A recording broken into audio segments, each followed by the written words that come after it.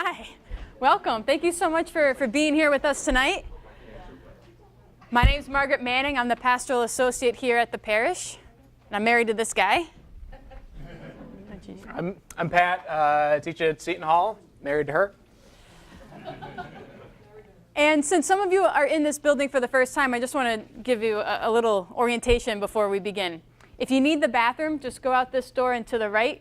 You'll see a door that leads to the back hallway, and the men's and women's rooms are back there unlocked for you. Help yourself to food and drinks throughout the whole presentation. It's pretty casual. Just get up and move about as you need to. We may hear some crackling over the walkie-talkie if there's any issues down in the babysitting room. Some parents might be called down. But hopefully, I was just down there, and they're having a lot of fun. So hopefully all will go well, and we don't need any diaper changes, but we might have some brief interruptions with the walkie-talkie there. So thanks for your understanding if that happens. So what we're going to be doing for the next half hour, 45 minutes, is Patrick and I are going to do a presentation. We'll talk for about 25, 30 minutes. Then we're going to have some time for Q&As, and then some small group discussions at the tables. So that's kind of how the flow is going to go. And Patrick's going to give us some context for this year that we lived in a dorm. Yeah, so as Bill, you already know, we lived for a year in a college dorm after we'd been married. This was Emily's, our daughter's first home. Emily's now 3 years old, but this is where she got her start. So just to start with, how we got there. Someone asked earlier, I'm actually from Cleveland. Margaret and I had met in Indiana. Why don't you come up? Join me. We'd met in Indiana, and we moved to Boston when I got accepted to a PhD program at Boston College. So it took me 4 years to do the program there.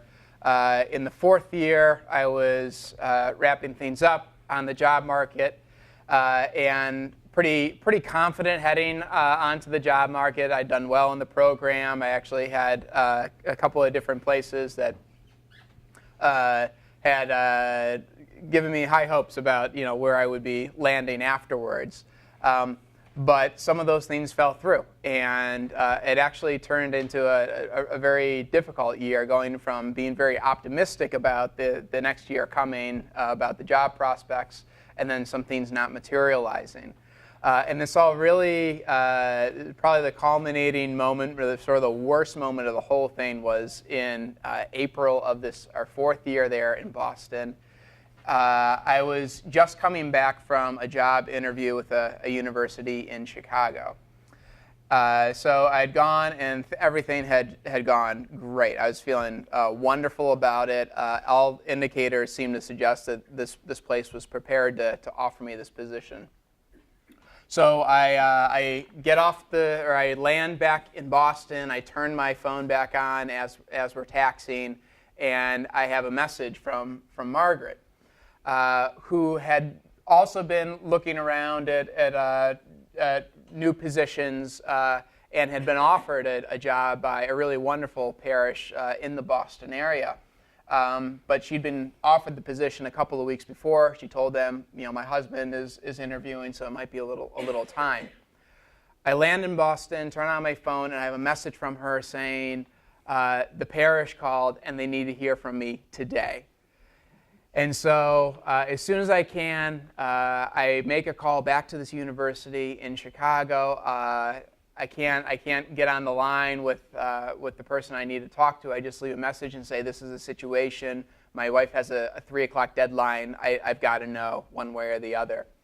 And so hours go by. 3 o'clock is approaching. It's a couple of minutes before, and Margaret says, I can't wait. I've got to let them know. What do you think? And at this point, we were all the signs were pointing that they were going to offer me this job. And so I say, I think we've got it. And being the person of integrity that Margaret is, she didn't want to lead these people on, sort of hire her and then have to start from scratch. So she calls, says, thank you so much. I'm going to have to decline the position. No sooner has she gotten off the phone than I get a call from Chicago. I did not get the job. I call Margaret back immediately Say, call them back. She calls the parish back. They had already called and offered the position to number 2 in line. And so in a span of about 10 minutes, we had 2 jobs slip through our fingers. So that was kind of a desolating end to that my final year in that PhD program, which we had really expected to be kind of a victory lap. So it was tough.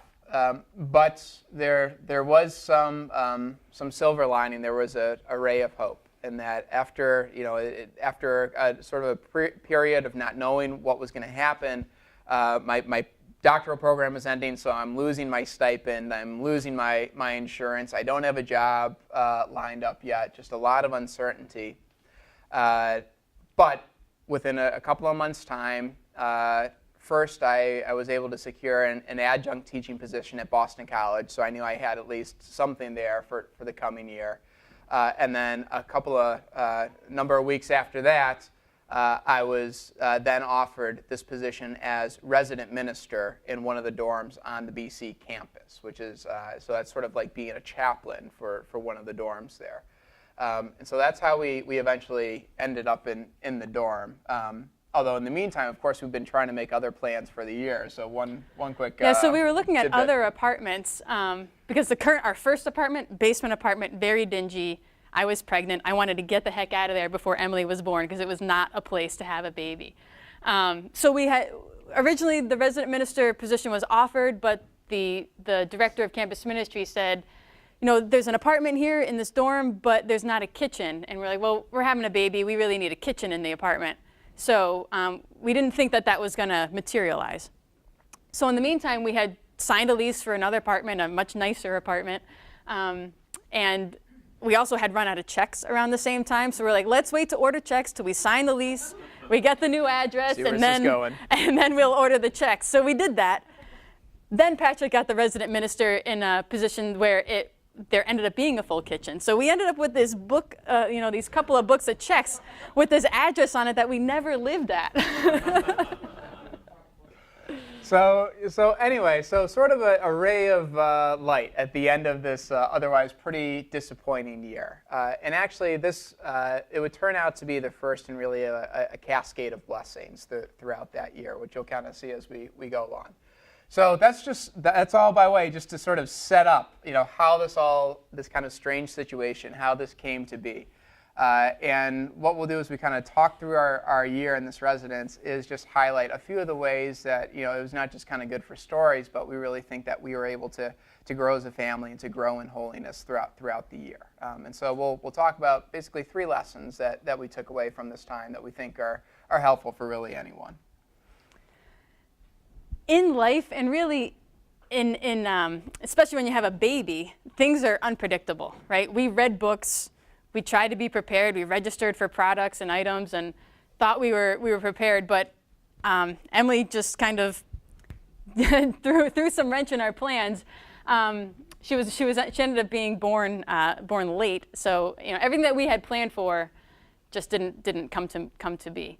And certainly with the baby, but in life in general, things just are unexpected. And it was certainly our case when we lived and moved into Walsh Hall. Things were unexpected.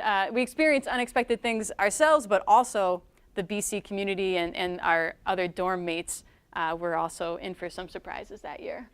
Right, so as you can imagine, people are surprised when they find out that there's going to be a baby in the dorm for the coming year. It's not just, it's not a normal part of the college experience, at least for most of us. So some examples of this. The first time that I was meeting the director and the associate director of the dorm, the people who were sort of just running, making sure everything is under control, I had met with them for lunch in August before the semester is getting underway. We're just getting to know each other a little bit. And at some point, I make a casual remark about Margaret and being pregnant.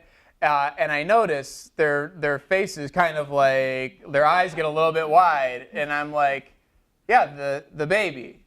No one had told them that there was going to be a baby in the dorm for this coming year. There's people who are in charge of the dorm had no idea that this was happening. So they were a little surprised at first, but very quickly that surprise would turn to excitement. And that was the case all over. Same sort of thing happened with our RAs. We had a wonderful staff of RAs in the dorm that year. I remember being at the first meeting, the first time that everyone's getting together, and one of the RAs, a lovely young lady named Naz, comes up to me and says, "I want to talk to you about what you were thinking about bringing a baby into this dorm for this coming year." Another time I was meeting with one of the other resident ministers, one of the other chaplains from a different dorm, and very quickly word about this spread, not just through our dorm, but through all the others on campus. And so this RM tells me, have you heard, one of my residents came up to me and said, "Have you heard about this Walsh baby?" The Walsh Hall was the name of the dorm that we were living. "You heard about the Walsh baby?" As Emily was known for her first year of life, basically. One of my students later came up to me and said, "Yeah, did Professor Manning? Did you see the comment about Walsh baby on Yik Yak?" Yik Yak is a social media site that the students use to sort of communicate different things going on, and Emily made an appearance before she ever really appeared in the world.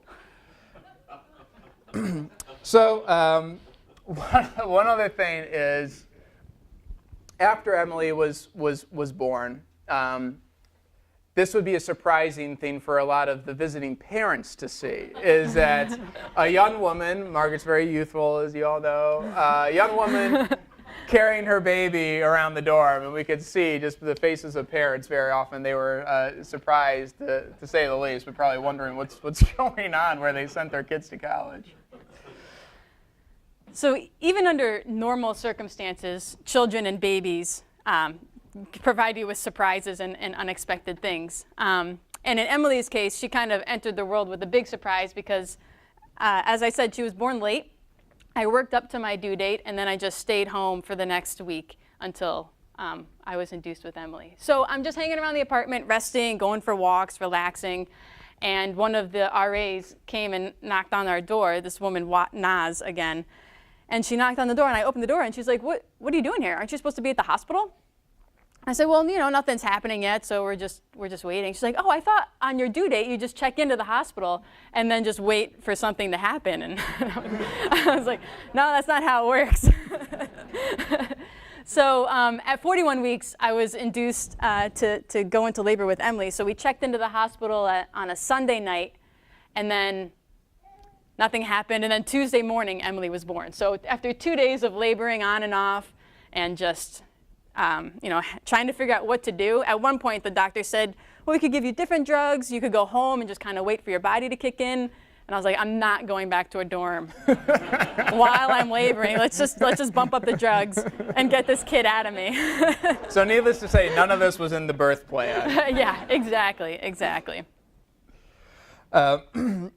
So God is like babies, and here's the delivery. God is like babies in the sense that you can make your plans, you can make your nice birth plan, but it's not necessarily going to go according to plan. God, like babies, will often surprise us in many different ways, and even if we don't quite understand the timing. And again, we saw this, we experienced this throughout our year living in residence at Boston College. So part of my role as resident minister was to put on these different events on at least a monthly basis that would have something to do with faith, to try and support the faith life of the students. And perhaps because we were living in the party dorm on campus, that was not the foremost thought in a lot of our residents' minds. And so the sort of events that I planned, I spent a lot of time trying to create and think about how to get people to come in, would be poorly attended and wouldn't go particularly well. And yet there were many times throughout the year where things that we hadn't necessarily planned for, well, that's when God seemed to make an appearance. And so just one example of this. I was in our suite one afternoon, just kind of probably taking care of Emily, and I hear a knock at the door. And there's some students out in the hallway who, not our residents actually, but some students who just were wondering if they could have some candy, because we had like a basket full of candy on our door, just to try and be warm and hospitable. So very polite, say, yeah, of course, help yourselves. They like the Whoppers in particular. But it just led to, an interesting little conversation. So we sat there and chatted for a while, and towards the end of the conversation, after they were kind of curious to learn about my position and what I was doing in the dorm, and one of the students towards the end of the conversation said, hey, could we pray right here? And I said, sure, absolutely. And so we had this sort of spur-of-the-moment prayer service where I joined hands with these students, and we just kind of offered a prayer for each other right there in the hallway. Not something that had been planned for, and yet God made an appearance right then and there. As that student was walking away, too, Patrick just kind of heard them chit-chatting as they walked down the hall, and one of the students says, always good to meet a man of the cloth. Which I'm not, but I appreciate it. So we, as a couple and as a family, we do our best to be intentional about growing in holiness. We pray together as a family. We try to surround our friends with good, holy people. We do spiritual reading. Patrick does mostly the spiritual reading. I do spiritual TV shows or movies or documentaries, not so much of the reading. But we've also learned that as intentional as we strive to be, we also are becoming more open to the unexpected ways that God is inviting us to holiness. So definitely a lesson we learned from that year. So some ways that we've really tried to incorporate, this lesson, this realization into our faith as a couple, as a family. One for me in particular, I read a book a couple of years ago where the author suggested this very simple prayer, which I have found transformative, which is simply, what is Christ offering me right now? And I make an effort to pray that on a daily basis, even a minute-to-minute basis, because so often, for me, I'm a planner. I like things organized. And so I can get very easily, Margaret will tell you, get easily frustrated if things are not going according to plan, which they often don't with children, as most of you know. And so this prayer is really helpful to me. What is Christ offering me right now? Because it helps me to look beyond, okay, what do I want out of this? But really to just kind of open myself to any of the infinite number of blessings that might be coming my way at this time. And I found that's really helpful because it's, particularly as parents of young children, but I think this is true for so many of us who are just really busy. It's very easy to get frustrated, even in our prayer lives, if things aren't playing out. We don't have time for that retreat, or our mass schedule gets thrown off. We don't have time for prayer. With me, it's, I try to have my regular periods of prayer every day, and yet that very easily gets thrown off if someone needs a diaper change or is not going down for bed as easily as the they're children. supposed to. Yeah, usually, yeah. Most of the time, the children. And so, praying this prayer, having this mentality, I have found is helpful so that, for example, if Luca is taking longer to finish his bottle before he goes to bed, I try and appreciate this as really a sacred moment in itself, rather than obsessing about how this is preventing from me getting to my prayer time that I sort of expect for the evening. Yeah, so Patrick just mentioned our son Luca. So we have Emily, who's 3, and now we have Luca, who's 5 months, almost 6 months. And when a baby enters our life, and we've noticed this a lot with Emily and now with Luca here down in New Jersey, when people encounter you with a baby, they see a baby, there's just so much joy that comes from that. And we saw it tonight, too, when you walked in with little Michael. Everybody's like, oh, what's his name? How old is he? Let's see him. Take him out of that car seat.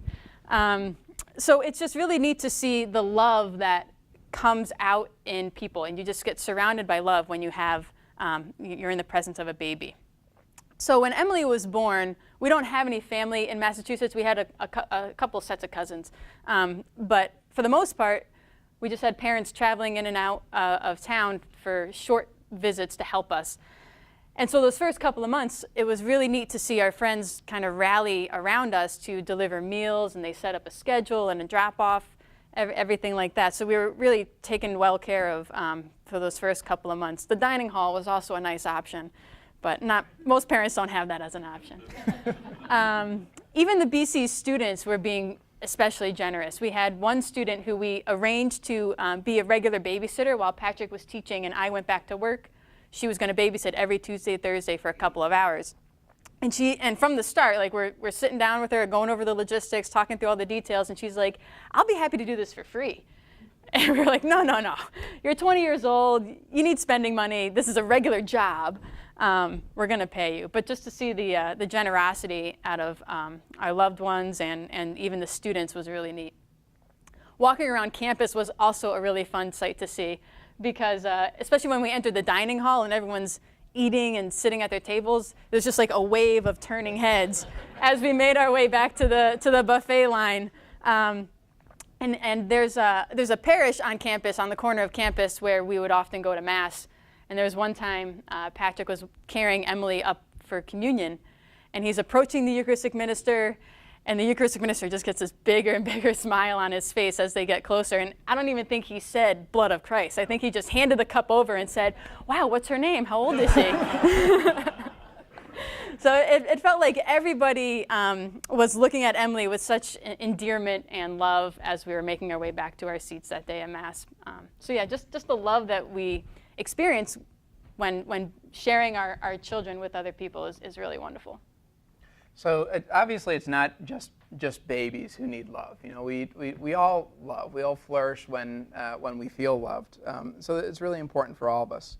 And so, you know, speaking from my own experience, particularly that year, this in a way was a hard-learned lesson, or something I learned more deeply at least, because as I had shared, we sort of found ourselves in this situation because I had gone through a failed job search the previous year. And as someone who had spent a long time, Margaret will tell you, a long time in school, preparing for an academic degree, shooting for this life as a professor, and then not being able to find a job that year, it was very difficult. And it made me realize that I'd really sort of put a lot of my sense of self-worth and esteem in that sort of title, or who I thought I was supposed to be. And it was actually in teaching one of my classes that year that we were still at BC.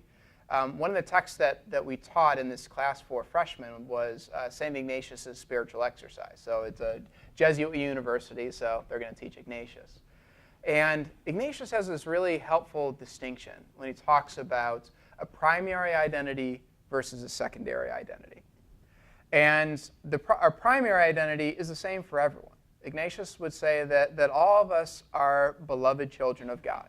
That's who we are most deeply, most fundamentally. That is who we are. Anything else, whether that's being a college professor, a parent, a husband, a Mets fan, whatever the case might be, those are all secondary identity, and they're good and they can be helpful, but it becomes a problem when we put too much on those secondary identities, when we make primary what should really be secondary. And I really realized, I saw in my students how much they latched onto this distinction as well. It's these young people. For a lot of them, it was really tough. Especially I taught freshmen, and for them to be in their first year at this university where they're constantly comparing themselves to other students who are very high achieving. Everyone else seems to be attractive and successful. And this is sort of exacerbated by social media, where you're constantly looking at everyone's best portrayals of themselves as compared to your sort of dark and dirty insides. So the students also really were attracted to this idea of a primary versus a secondary identity, and it was something that was helpful to me in recognizing no, at the end of the day I'm loved by God, and that's what matters more than anything else. Having Emily at this time also really helped with this lesson, in the sense that, I always think back to the day that she was born, and the first few days following, and what a really amazing sacred time that is. But just this time where we as a family, it was a lot easier to enjoy it when there was no other baby at home waiting for us. But when we could just sort of be together as a family, and with you're in the hospital, no one expects you to be doing anything else at that time, but just to be there and abide in each other's presence. So having Emily in our lives at this point also helped me to realize that no matter what else is going on, the job search or teaching or whatever else the case may be, this is the thing that's most important, is just trying to love this child as best as we can. And the love that we exhibit to our children and strive to express to our children is a mirroring of God's love for us. So as Patrick said, we're created by love in the image of God to love other people and to live in this community of love. And that's when we really thrive, is by becoming holy, by giving and receiving love. So as we were kind of reflecting on this particular lesson that year, we discovered that we actually experience God's love through each other, which is nice. But above all else, we want to make sure that our children know how loved they are. When we were engaged and just kind of talking about the future and our hopes for our family in the future, we really emphasized that we just want our children to know that we love the heck out of them. And hopefully we're trying to do that each day. So one thing that we've talked about with how this can kind of relate to our prayer life is we all look at babies lovingly and expectingly and with hope. And that's a way that we can pray with God, is imagine God looking at you with the same love and the same tenderness as you look to a newborn baby. That's kind of an image that that's developed in our prayer life after having Emily. So as you might expect, when even though there was some really great things that happened that year, there were some difficulties too, and unexpected things. So living with a newborn is difficult in itself. Living in a dorm with 800 sophomores it just kind of throws in a whole nother dynamic. So, for example, let me describe the students who lived above us. So we had, they were 8-man suites in the building, co-ed. And above us was this group of 8 boys who I don't know what they do all day and all night, but they made a lot of noise. So we don't know what it was, but it sounded like a golf ball was just dropping and bouncing and then just rolling across the ceiling. So we would look up and we're like, what is that? Not like once or twice, but every week, every couple of days, that's what happened. Yeah. And at the beginning of the year, we had like an open house, drop in, have some pizza type of thing for residents to just pop in and get to know us. And there were some other students there who were talking to us, and they're like, yeah, you pretty much got the worst group of guys living right above you. So we're like, all right, it's going to be a great year. Also, by the way, that same pizza open house, this one guy's going through the line getting pizza. He's like, man, this is the best meal I've had in weeks. We're like, what are you eating? Yeah, it's just Papa John's pizza. So these boys above us brought a megaphone to school, and they're shouting out their windows on move-in day. They're just screaming at people on the sidewalk down below, yelling out Taylor Swift lyrics, yelling profanities. And yeah, it was a lot during the move-in day, but that megaphone made an appearance throughout the year too. So if it wasn't bad enough getting so little sleep with the newborn, we had these guys above us who make a noise all day long, but also partying well past the quiet hours, which I think are 2 a.m. on the weekends. And there were a couple of fire alarms that got pulled during the year too. Although we made it to April before the first fire alarm, which I thought that was pretty good. But the first fire alarm was at 3 a.m. And of course, everybody's got to evacuate. Everyone's filing down the staircase. So I made sure, stand there front and center in the lobby, holding Emily, reminding them that you guys can't be idiots all the time. We got a baby in the dorm.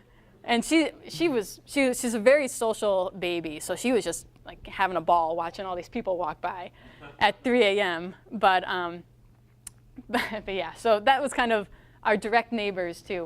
Were a little unexpectedly noisy that year.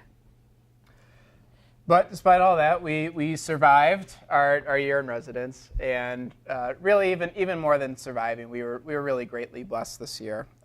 We knew coming in, we did a little research. We knew that this was the party dorm on campus.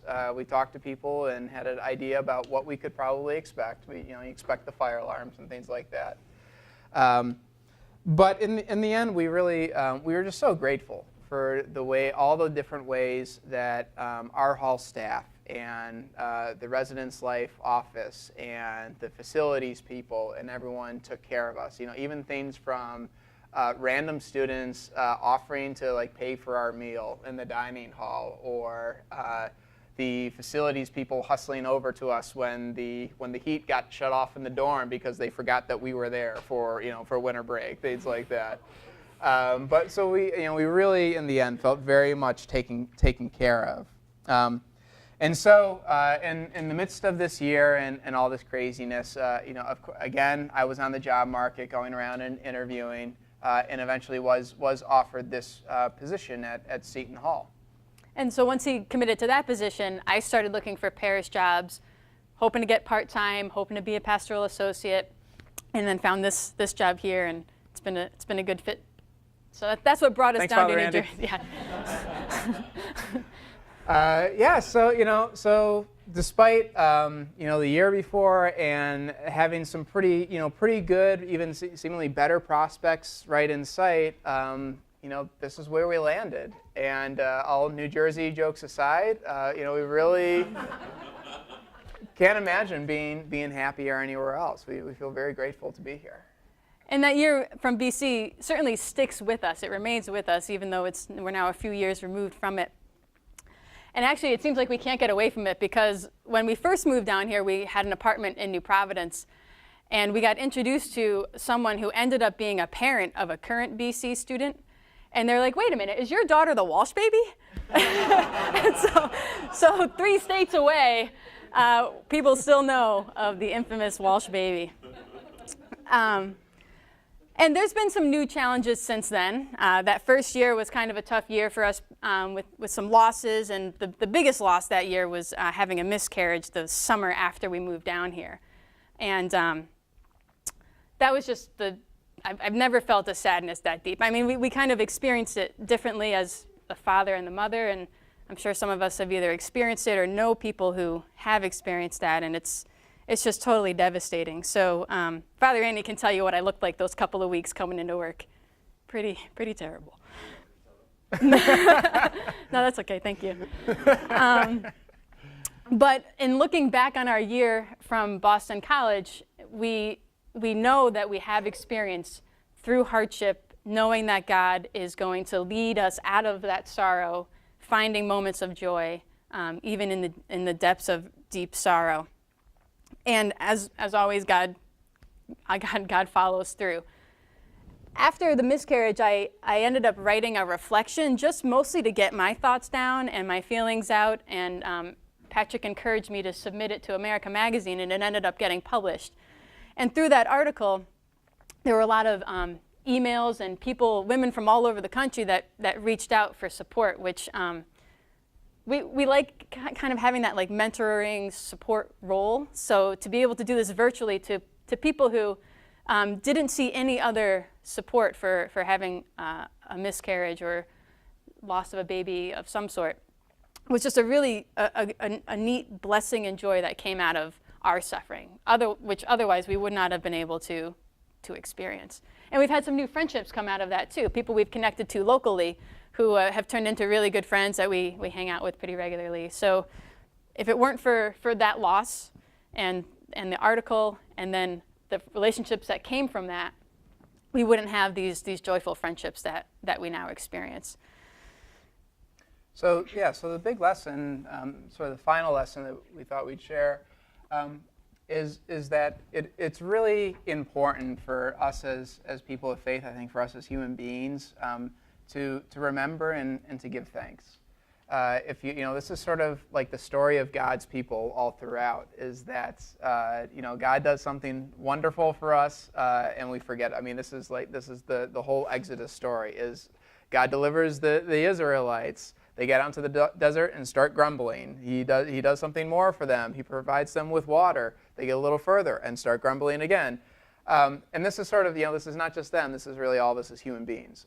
We very quickly forget the blessings and the good things that God has done for us as soon as new problems, new challenges arise. And so to counteract that, I mean, it really has helped us to be very intentional about remembering the good things that God has done for us in the past. Looking at this year in Boston that, really seemed to be starting in tragedy, turned out to be such an immense blessing and to bring us somewhere better than we could have imagined for ourselves. And so one way that we've tried to sort of ingrain this in our habits as a family, last year or the year before, Margaret made me, for Father's Day, our little family gratitude jar. And so this sits on our countertop, and we have little slips of paper next to it. And the idea, when we remember throughout the week, is to write as good things happen to us during the week. We write them down on the slip of paper, put them in the jar, and then either on our way to Mass on Sunday or some other time on Sunday when we have the opportunity, we kind of go back through that and just to be reminded of all the blessings from that week, and to really bring that to our celebration of the Eucharist, which the word itself means thanksgiving. So this is something that we're very much called to do as Catholics. So I guess to wrap things up. Yeah, to sort of recap the lessons that we've highlighted here. Being open to God working in unexpected ways, unexpected graces, even though we might try to plan as much as we can. Remembering that we are made by love to love, so we thrive in our holiness when we are able to give and receive love. And to remember to show gratitude for God's blessings. And you've seen the quotes from Pope Francis from Rejoice and Be Glad all the way through, but just one last one that I think sort of sums things up very nicely. So for us, we had this somewhat unusual experience of bringing our first child into the world in a dorm and all that came with that. But whether it's sort of the messiness of family life or just life in general, Pope Francis encourages us, let everything be open to God. Turn to Him in every situation. Led by God's grace, we shape by many small gestures the holiness God has willed for us. Thank you very much. Can you hit the light? I got the light.